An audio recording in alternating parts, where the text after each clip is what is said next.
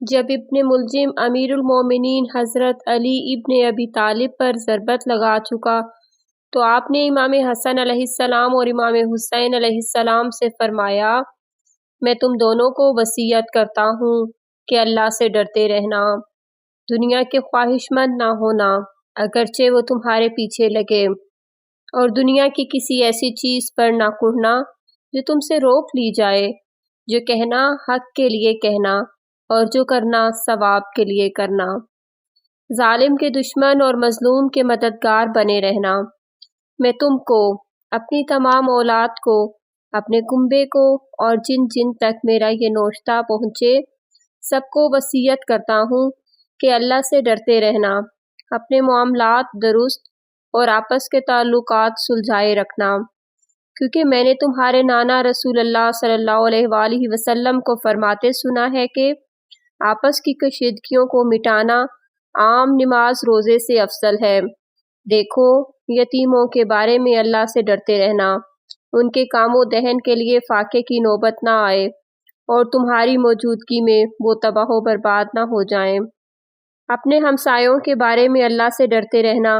کیونکہ ان کے بارے میں پیغمبر صلی اللہ علیہ وآلہ وسلم نے برابر ہدایت کی ہے،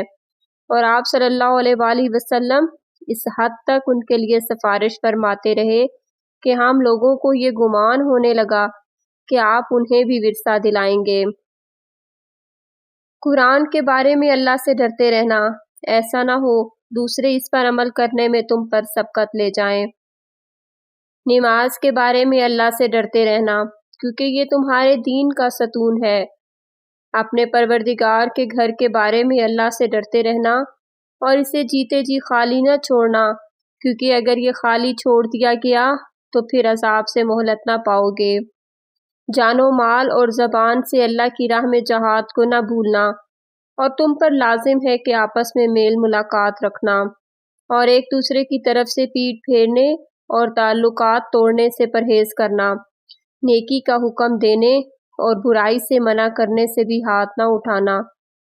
ورنہ بدکار تم پر مسلط ہو جائیں گے، پھر دعا مانگو گے تو دعا قبول نہ ہوگی۔ پھر ارشاد فرمایا، اے عبد المطلب کے بیٹو، ایسا نہ ہونے پائے کہ تم